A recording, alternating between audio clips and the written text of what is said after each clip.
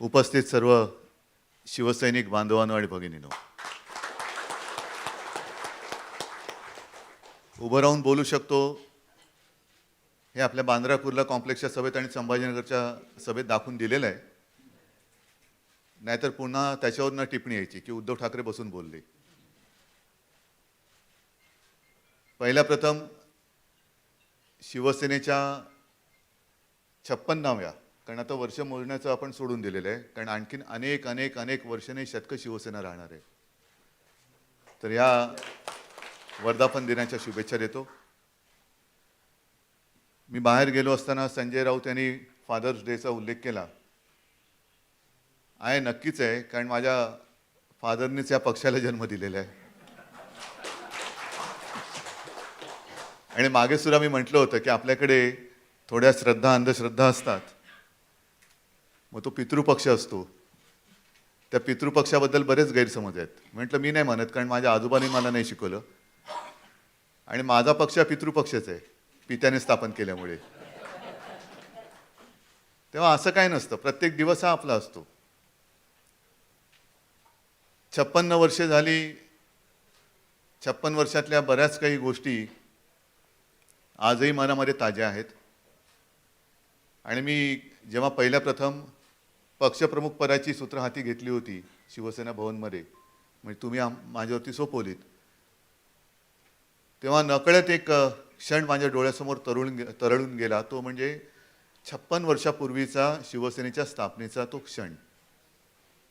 एक शिवाजी पार्कचं आमचं घर, त्याचे मी वर्णन केलं होतं की हल्लीच्या युगात ज्याला आपण 1 BHK म्हणू, त्या 1 BHK मध्ये माझे आजोबा, त्याच्यानंतर आमचं कुटुंब म्हणजे मा साहेब, आम्ही 3 मुलं, काका, त्यांचं कुटुंब, आणखीन एक काका होते.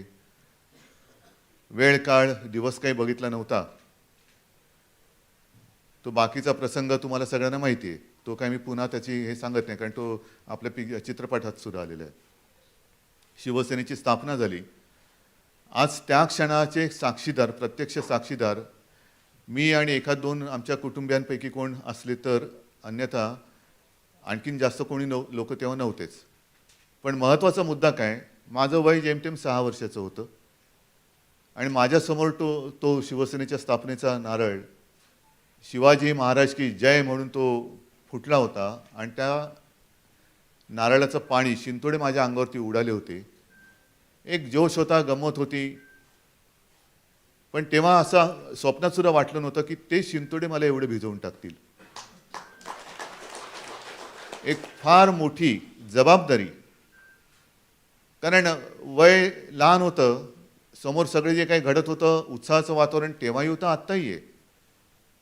पण जबाबदारी काय असते किंवा ही जबाबदारी किती मोठी असणार आहे हे मला काहीच कळलं नव्हतं.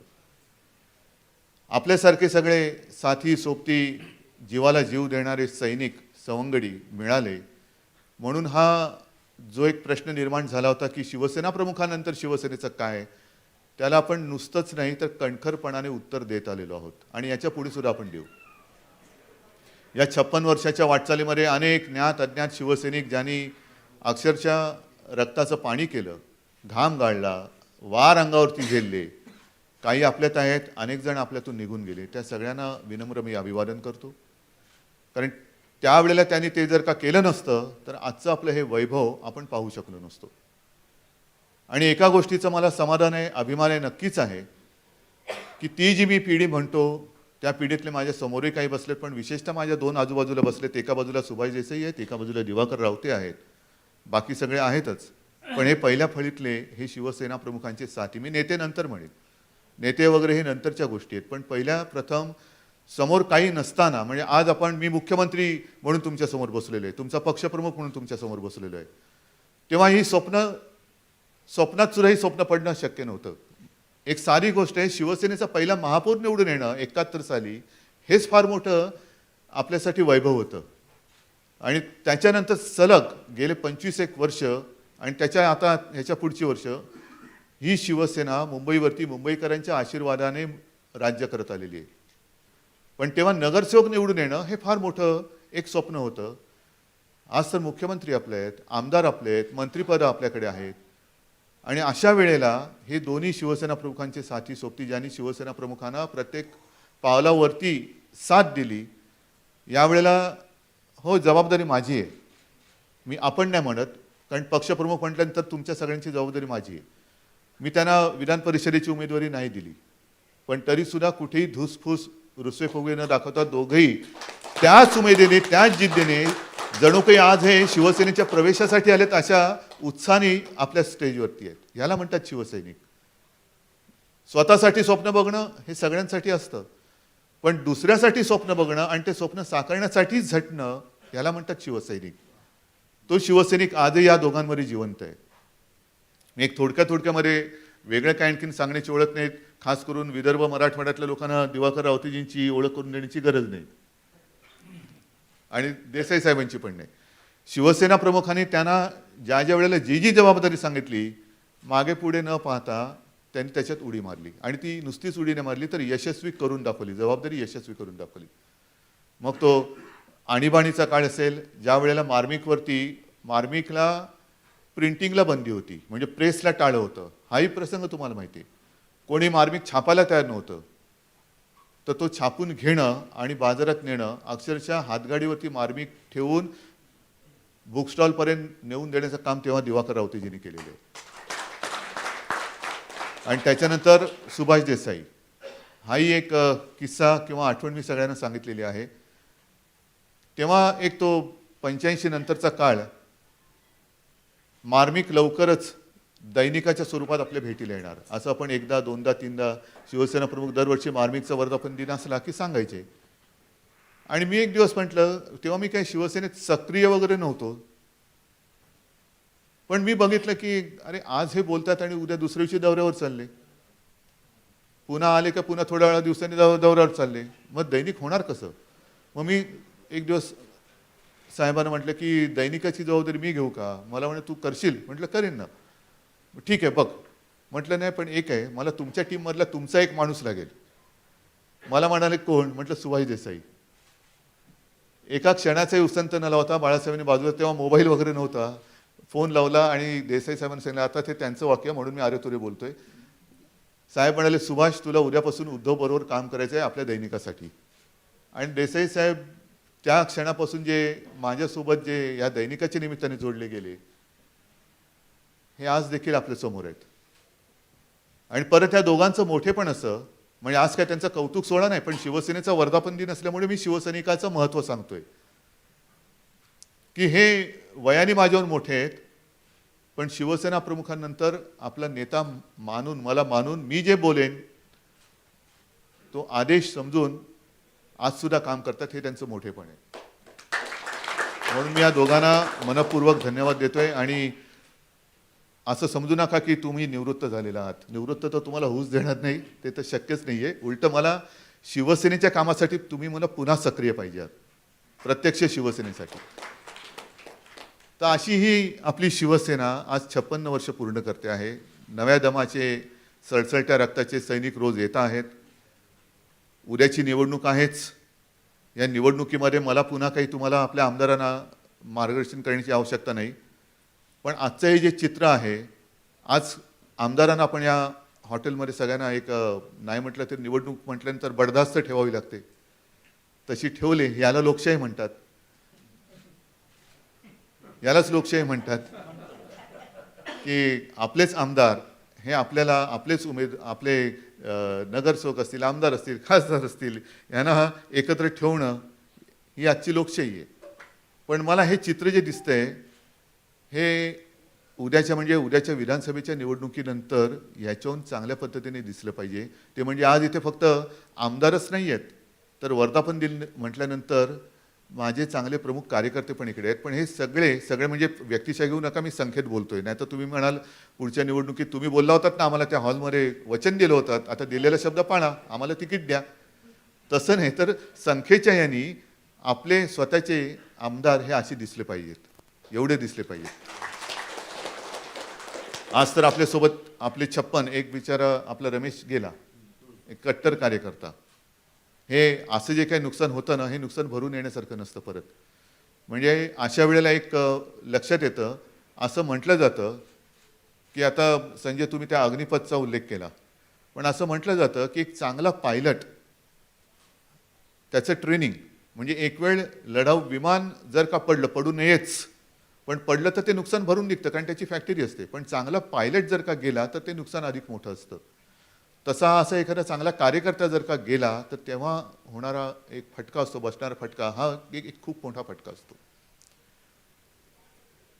आज मुद्दामून थोडंसं एक वेगळ्या पद्धतीने हा वर्धापन दिन म्हटलं साजरा करूया, कारण आमदार, मंत्री आणि मी स्वतः मुख्यमंत्री म्हणजे आणखीन पक्षाचं यश ते काय पाहिजे तुम्हाला. वरती आपले 22-23 खासदार आहेत, वरती म्हणजे हॉटेलमध्ये नाही, लोकसभा आणि राज्यसभेमध्ये तर खासदार आहेत, त्याच्यातही उद्याच्या निवडणुकीत आणखीन वाढ होणार आहे. आणखीन काय पाहिजे, तर मग मी म्हटलं एक वेगळ्या पद्धतीने करू. एक तर 2 सभा आपल्या दणदणीत झालेल्या आहेत, जे काय बोलायचं होतं ते बरंचसं बोललेलं आहे, अजूनही बोलण्यासारखं बरंच आहे, पण सगळं आता काय बोलणार नाही कारण मला कल्पना आहे वेळ झालेली आहे आणि सगळ्यांना भुका नाही तरी लागलेले आहेत. तर बोलण्यासारखं खूप आहे, पण मग तुमच्या समवेत हा एक दिवस साजरा करावा. आणि साहजिकच आहे, नाहीतरी आपण असं ठरवलं होतं की मोठी सभा घेऊ नये कारण 19 जून म्हटल्यानंतर पाऊस हा असतोच, तसा पाऊस आता पडायला लागलेलाच आहे. तर नुसतं पावसात भिजण्यापेक्षा आपण आपल्या विचाराने भिजवावं किंवा विचाराने भिजावं. आज आपण जे काही इकडे जमलेलो आहोत, उद्याची निवडणूक आहे, मला त्या निवडणुकीची चिंता नाही आहे, अजिबात नाही आहे. कारण जर का मी चिंता करत बसलो तर जे शिवसेना प्रमुखांनी माझ्या धमन्यांमध्ये भिनवलेले आहे त्याचा उपयोग काय. हारजीत तर होत असते, उद्या तर जिंकणारच आहोत, उद्याचा तर प्रश्नच नाही आहे. कारण ठामपणाने मी सांगेन की गेल्या राज्यसभा निवडणुकीत झालं आपलं स्वतःचं, म्हणजे मी स्वतःचं म्हणण्यामध्ये राजकुमारजी तुम्ही सगळेजण माझे सहकारी, आपल्या शिवसेनेचे सहयोगी सदस्य आलात, जेव्हा मी आमचं म्हणतो त्याच्यात मी तुम्हाला धरलेलं आहे, तेव्हा पुन्हा एकदा मी माझे सहकारी म्हणून म्हणणार नाही, तुम्ही आमचेच आहात. एकही मत फुटलेलं नाही आहे, एकही मत फुटलेलं नाही आहे. मग फुटलं कोणतं आहे त्याच्यात सुद्धा अंदाज लागलेला आहे, तोही अंदाज लागलेला आहे. कोणी काय काय कलाकार्या केल्या तेही कळलेलं आहे आणि त्याचा हळूहळू जसं एक एक येईल तसं उलगडा होत जाईल. त्याच्यामुळे मला उद्या फाटाफुटीची शक्यता बिलकुल वाटत नाही, कारण आता शिवसेनेमध्ये असा गद्दार मनाचा कोणी राहिलेला नाही आहे, अजिबात नाही आहे. मला या निमित्ताने शिवसेना प्रमुखांनी मागेच एकदा अशी हे फाटाफुटीचं राजकारण आपण बघत आलेलो आहोत, भोगत आलेलो आहोत आणि किती फाटलं किती फुटलं तरी शिवसेना पहिल्यापेक्षा अधिक मजबूतीने उभी राहिलेली आहे. हे आपण इतिहासाला दाखवत आलेलो आहोत, हा इतिहास नाही, हे इतिहासाला आपण दाखवलेलं आहे. आणि असंच एकदा मागे कधीतरी फाटाफूट झाली होती तेव्हा शिवसेना प्रमुख त्यांच्या भाषेत बोलले होते की मला आईचं दूध विकणारा नराधम माझ्या संघटनेत नको. हे फार मोलाचं वाक्य आहे. आईचं दूध विकणारा नराधम मला शिवसेनेत नको आणि तो आजसुद्धा काय उद्यासुद्धा मला शिवसेनेत नको, कोणत्याही परिस्थितीत नाही. कारण आज हे जे काही सगळं वैभव आपण उपभोगतो आहोत, अनेक जण आज सुद्धा असे आहेत की त्यांनी मरून शिवसेना मोठी केली, पण त्यांना हे सगळं काही बघायला मिळालं नाही, भोगायला मिळालं नाही. आपल्याला बघायला मिळते, भोगायला मिळते. आपल्याला एक आपली ओळख निर्माण करून दिली, ती शिवसेना या 4 अक्षरांनी दिली, शिवसेना प्रमुखांनी दिली. आणि असंख्य, जसं संजय तुम्ही सांगितलं की काल परवाकडे तुम्ही अयोध्येत जाऊन आल्यानंतर शिवसेना प्रमुखांचा नातू म्हणून जे काय आशीर्वाद आदित्यच्या मागे आहेत, माझ्या मागे तरी काय आहेत. मी कोण आहे, माझी काय ओळख आहे. मी जर का टरेबाजी करायला लागलो, उद्धव ठाकरे, नुसत्या उद्धव ठाकरेला अजिबात किंमत नाही, 1.5 दमडीची किंमत नाही, पण उद्धव बाळासाहेब ठाकरे म्हटल्यानंतर समोरचा माणूस जो एक आदराने उभा राहतो. मला मी मुख्यमंत्री असलो काय नसलो काय फरक पडत नाही, कारण माझं जे नाव आहे ते कोणीच काढून घेऊ शकत नाही. ते एक मला कित्येक जन्माचं लाभलेलं भाग्य आहे, ते कधीच कोणी काढून घेऊ शकत नाही. आणि कदाचित न जाणो ही सुद्धा जबाबदारी माझ्या खांद्यावरती दिली गेली. ती कोणी दिली, कशी दिली, मुळामध्ये या घरात माझा जन्म झाला कसा, हे सगळं अनाकलनीय आहे. आणि त्याहीपेक्षा महत्त्वाचं म्हणजे मी जे मगाशी म्हटलं की जीवाला जीव देणारा सैनिक हा लाभला, हे सुद्धा कित्येक जन्माचं माझं भाग्य आहे. आणि म्हणून आव्हान येतात, आव्हान जातात. काय काय वेळेला आव्हानं फार मोठी असतात, असं वाटतं की आता कसं होणार. आजपर्यंत काही कमी आव्हानं आली होती अशातला भाग नाही. जो एक उल्लेख केला आणीबाणीचा, त्यावेळेचं आव्हान तर फार मोठं होतं, म्हणजे जणू काही शिवसेनेवरती बंदी आलीच असंच वातावरण झालं होतं. अनेकांना असं वाटलं होतं की बस आजची रात्र उद्याची रात्र शिवसेनेचे सगळे नेते शिवसेना प्रमुखांसकट हे तुरुंगात असणार. पण त्याही वेळेला जे शिवसेना प्रमुखाने आणि शिवसेनेने धाडस दाखवलं, धाडसाला मरण नसतं आणि ज्याच्याकडे धाडस नसतं त्याला मरणाशिवाय काही नसतं. म्हणून धाडस हा आपला स्थायी भाव आहे आणि तो स्थायी भाव आपण सोडून चालणार नाही. मी काय तुम्हाला प्रवचन द्यायला बसलेलं नाही आहे, पण हे सगळं गेल्या 56 वर्षातलं अनुभवातलं जे काय आलेलं आहे ते नाही म्हटलं तरी कधीतरी सांगणं मला भाग आहे. आणीबाणीसारखा काळ हा आपण पाहिलेला आहे. विरोधी पक्ष त्याही वेळेला हतबल होता, आता तर आपण मजबूत आहोतच. जो एक हिंदुत्वाचा मार्ग आपण स्वीकारलेला आहे, पहिली गोष्ट अशी की शिवसेनेचा जन्मच मुळी झाला तो भूमिपुत्रांच्या न्याय हक्कासाठी, न्याय रक्षणासाठी. त्याच्यामुळे भूमिपुत्र आपल्यासोबत आहेतच. आणि आज जे काही हिंदुत्वाचे डंके पिटत आहेत, ज्या वेळेला कोणी हिंदुत्वाचा उच्चार करायला तयार नव्हतं, गर्व से कहो हम हिंदू है ही एक घोषणा होती, नक्की होती, ती विश्व हिंदू परिषदेची होती, पण बोलायला कोणी तयार नव्हतं. कारण हिंदू बोलणं हा गुन्हा समजला जायचा. तेव्हा हिंदुत्वाचा नारा बुलंद केला तो फक्त आणि फक्त शिवसेना प्रमुखाने आणि शिवसेनेने केला. म्हणून आज या सगळ्या गोष्टी होत आहेत. पण आज जे काय चाललेलं आहे ते हिंदुत्व त्यांच्यासाठी असेल, पण माझ्यासाठी ते हिंदुत्व नाही आहे. लोकांचा कोणताही विचार न करता केवळ सरकार, राज्यकारभार, राज्य करा, का पाहिजे मला सत्ता, का पाहिजे मला सरकार, मला राज्य पाहिजे, जरूर करा, राज्य पाहिजे. पण राज्याबरोबर राज्य मिळाल्यानंतर कारभार जर जमणार नसेल तर राज्य करायला तुम्ही नालायक आहात. आज सुद्धा जे आपण बघतो आहोत की अनेक राज्यांमध्ये अग्निपथ या सरकारच्या योजनेच्या विरुद्ध अनेक तरुण रस्त्यावरती उतरलेले आहेत. का पेटली त्यांची माती, का भडकली त्यांची माती, कोणी भडकवली त्यांची माती?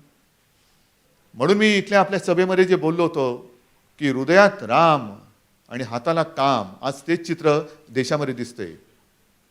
तेच चित्र दिसतंय की हृदयात राम आहेच.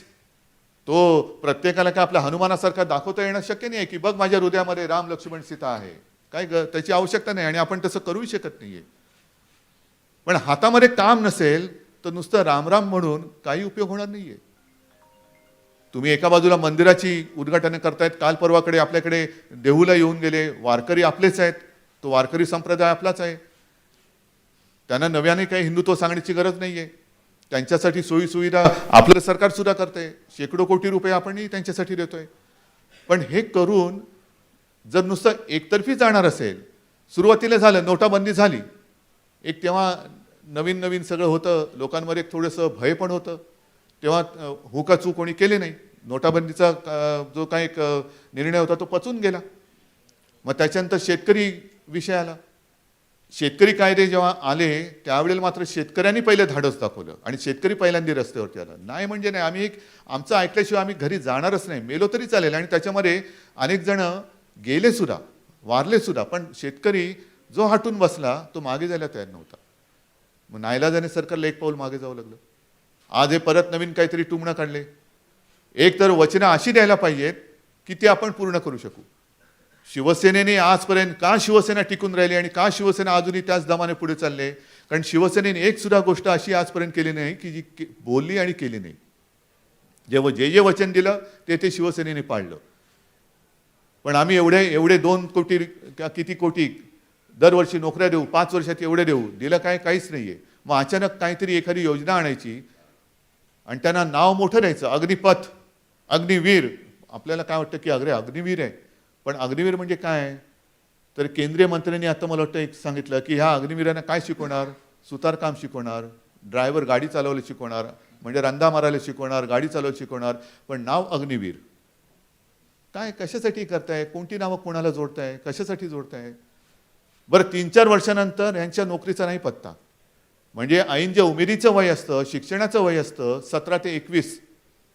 म्हणजे मी शिवाजीराव भोसलेंच्या एका भाषणामध्ये ऐकलं, माझ्या फोनमध्ये बरीच भाषणं आहेत शिवाजीराव भोसलेंची आहेत, स्वतः बाळासाहेबांची 600-700 भाषणं आहेत फोनमध्ये, कधीतरी ऐकत असतो. त्यांनी सांगितलं की छत्रपती शिवाजी महाराज यांनी आयुष्यामध्ये पहिला तोरणा कितव्या वर्षी जिंकल्या? 16-17 वर्ष. ज्ञानेश्वराने ज्ञानेश्वरी कितव्या वर्षी लिहिली? 16व्या वर्षी लिहिली. आपल्याकडे मात्र हे जे वय असतं ते शिक्षणाच्या ओझ्याखाली दबून गेलेलं असतं. पाठीवरती पुस्तकाचं ओझं. मग त्या ओझ्यानेच त्याच्या वयामध्ये ज्या वयात तो ताट पाठ करण्याने उभा राहायला पाहिजे त्याच वयात त्याचा पाठ करणं वाकून टाकण्याचं काम आपलं शिक्षण करतो. आणि मग जेव्हा तो 21-22व्या वर्षी बाहेर पडतो त्यातून, तेव्हा पहिलं ओझं उतरलेलं असतं आणि नोकरी कुठे मिळणार, काय कसं मिळणार, एक आयुष्याचं ओझं डोक्यावरती आलेलं असतं. कसं आपला देश उभा राहणार. आता तेच वय असं आहे की ऐन उमेदीचं वय, तुम्ही त्याला एक काहीतरी स्वप्न दाखवणार, मृगजळ दाखवणार, त्याच्या पाठी त्याला धावायला लावणार की बघ तुला 3-4 वर्ष इकडे मिळेल आणि त्याच्यानंतर सुद्धा काय, त्याच्यानंतर काय नाही. मग 10% आरक्षण देऊ एवढे, मग नेमकी एवढी जर का लाखोच्या संख्येने करोडोच्या संख्येने ही मुलं जर का आली तर त्यातले 10% म्हणजे नेमके किती मुलं तुम्हाला कामाला येणार. आणि त्याहीपेक्षा भयानक म्हणजे भाडोत्री सैन्य. हा काय प्रकार आहे. मग असंच जर का असेल तर उद्या भाडोत्री राज्यकर्ते पण आणू आपण, टेंडर काढा टेंडर, आम्हाला मुख्यमंत्री पाहिजे, आम्हाला पंतप्रधान पाहिजे, आम्हाला हे काढा, जो बसेल तुमच्या टेंडरमध्ये आणा. नाहीतरी 5 वर्षाचंच आमचं भाडोत्रीच काम आहे. 5 वर्षानंतर पुन्हा एक्सटेन्शनसाठी आम्हाला लोकांसमोर जावंच लागतं. मग ते सुद्धा 70 वय आपण काढू ना, भाडोत्री ठेवू. हां, जो काही L1 असेल आणि त्याच्याकडनं कारभार. बरं, मध्यावधी आलं तर पुन्हा ते आयटम रिओपन होणार, बरोबर ना. तर हे जर का भाडोत्रीच प्रकार असेल तर तुम्ही सगळंच भाडोत्री ठेवा ना, hire and fire, use and throw. पण उगाच काहीतरी स्वप्न दाखवायची आणि त्या देशाच्या, ज्याला आपण भावी आधारस्तंभ म्हणतो, युवकांच्या भवितव्याशी आणि जीवनाशी खेळायचं, ही लोक भडकणार नाही तर काय. आणि का नाही त्यांनी भडकायचं. एक तर आम्ही तुम्हाला मत दिलेलं आहे. मी मागे सुद्धा म्हटलेलं आहे की मत मत मत मत म्हणजे काय. मत म्हणजे आयुष्य असतं. नुसतं कोणातरी शिक्का उमटवून आलो मी दिलं तुला मत, तर तसं नाही आहे. मत म्हणजे एक आयुष्य असतं की आयुष्य मी माझं नाही, माझ्या कुटुंबियाचं आयुष्य. कारण तुम्ही पंतप्रधान होणार आहात, तुम्ही मुख्यमंत्री होणार आहात, देशाचे आणि राज्याचे तुम्ही राज्यकर्ते होणार आहात. जे काही धोरणं तुम्ही आखणार आहात ती धोरणं केवळ माझ्यापुरती नाही तर माझ्या कुटुंबियांना आणि माझ्या पुढच्या पिढ्यांसाठी चांगली ठरतील, हा विश्वास मला तुमच्यात वाटला, म्हणून आम्ही तुम्हाला मत दिलेलं आहे. मग हे दिल्यानंतर असं जर का होणार असेल की 4-4 वर्षाचं, तर ह्याला काय अर्थ. म्हणजे आपली टर्म असते 5 वर्षाची आणि यांची टर्म 4 वर्षाची. उद्या जर काही सगळी शिकली सवरली त्या ह्याच्यामधली पोरं अंगावर आली तरी झेलणार कोण आहे ना. आणि हा जो काय सगळा कारभार चाललेला आहे, हे सगळं मी तुमच्यासमोर का सांगतोय. उद्याच्या निवडणुकीचा याचा काय संबंध. नक्कीच आहे. कारण उद्याची निवडणूक ही सुद्धा एकतर आमच्यामध्ये फूट पडू शकत नाही दाखवणारी तर आहेतच, त्याच्यामध्ये मला काही चिंता नाहीच. पण तुम्ही देशामध्ये जरी काही केलं तरी महाराष्ट्र हा वेगळा विचार करू शकतो आणि तो महाराष्ट्र वेगळा विचार करून त्यांनी दाखवलेला आहे. हे उद्या आपल्याला देशाला दाखवायचं आहे. नुसतं सत्तेपुढे शहाणपण चालत नाही, ठीक आहे, पण महाराष्ट्रातली शहाणी जनता जी आहे त्या महाराष्ट्राच्या शहाणपणापुढे सत्तेचा मात चालत नाही, आम्ही चालू देत नाही, हे सांगण्यासाठी ही उद्याची आणि त्याच्या पुढच्या निवडणूक आहे. आणि सत्तेपुढे जर का शहाणपण चालणार नसेल तर शहाणं व्हायचं तरी कशाला. जा सगळेजण भाजपमध्ये जा आणि सत्तेचा माज घेऊन जा. किती दिवस चालेल. प्रत्येकाला पर्याय असतो. मला पर्याय नाही असं अजिबात होऊ शकत नाही. प्रत्येकाला पर्याय असतो. आणि हा पहिल्या जो काही पर्याय असतो त्याच्यापेक्षा जसं शेराला 1.25 शेर हा असतोच. म्हणून जो शेर असतो त्याने सुद्धा लक्षात ठेवायला पाहिजे की आज मी शेर आहे पण उद्या कोणतरी 1.25 शेर येणार आहे. आत्ताचं राजकारण हे पावशेरचं चाललेलं आहे, कारण तेवढ्यापुरती वेळ मारून न्यायची. तर हा जो काही सगळा विचार आहे तो विचार शिवसेना देत पुढे चाललेली आहे. म्हणून महाराष्ट्र हे उद्या किंवा काल किती इतरत्र सगळी पेटापेटी झाली तरी महाराष्ट्र का पेटत नाही. कारण महाराष्ट्र जेव्हा पेटतो तेव्हा तो ज्याच्यासाठी पेटतो त्याला जळून खाक केल्याशिवाय राहत नाही. महाराष्ट्राचं पेटणे हे वेगळं असतं. महाराष्ट्राने आजपर्यंत जर का बघितलं, कारण आपल्यात कोणी शिवाजी महाराज नाहीच, होऊच शकत नाही. छत्रपती शिवरायाचे मावळे सुद्धा आपण जर का झालो तरी फार मोठं झालं. पण त्याही वेळेला महाराष्ट्राने दाखवून दिलेलं आहे की संपूर्ण हिरवा वरवंटा आपल्या हिंदुस्थानावरती येत असताना त्या वरवंट्याच्या चिंधड्या उडवण्याचं एक ऐतिहासिक काम या महाराष्ट्राने केलेलं, ते छत्रपती शिवाजी महाराजांच्या रूपाने. आणि आज सुद्धा तीच परंपरा आपण घेऊन चाललेलो आहोत. आणि उद्याची सुद्धा जी काही निवडणूक आहे, झालं राज्यसभेमध्ये दुर्दैवाने एक पराभव झाला, नाहीतर आपला एक चांगला खासदार संजय पवार हाच तिकडे आपल्यामध्ये खासदार म्हणून आला असता.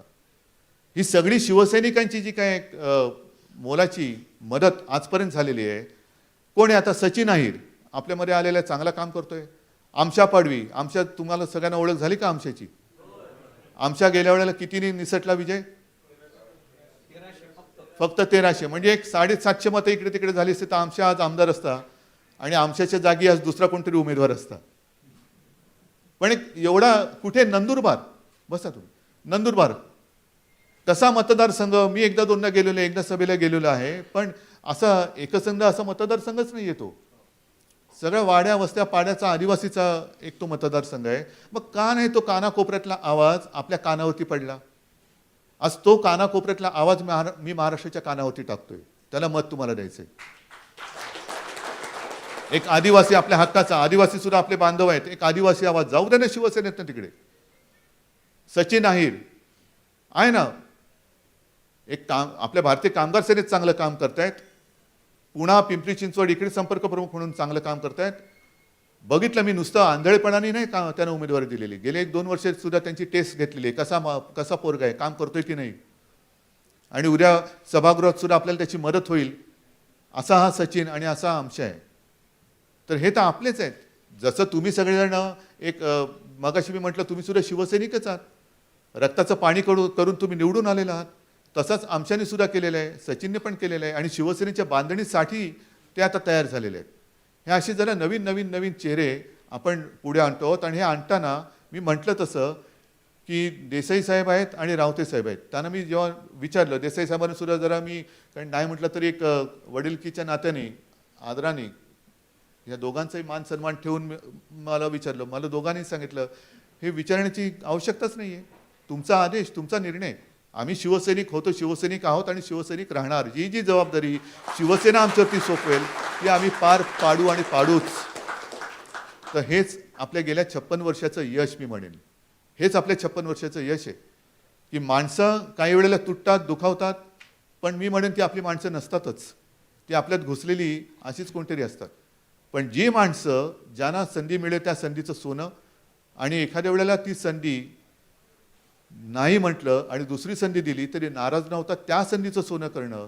म्हणूनच शिवसेनेने 56 वर्ष ही सोन्यासारखी 56 वर्ष ही पार पडलेली आहेत. मी पुढील वाटचालीसाठी सुद्धा म्हणजे 56 संजय म्हणाला तसं अब तक 56, पुढचे आणखीन 156, त्याच्या पुढची 256, हे 56चा पाढा म्हणत शिवसेना पुढे जाणार आहे. त्या भावी वाटचालीसाठी सगळ्यांना शुभेच्छा देतो आणि दिवसागणिक आपली यशाची कमान ही वाढती राहो, ही नुसती प्रार्थना नाही तर त्याच्यासाठी आपले प्रयत्न हे करत राहो, अशीच एक आशा व्यक्त करतो. धन्यवाद. जय हिंद, जय महाराष्ट्र.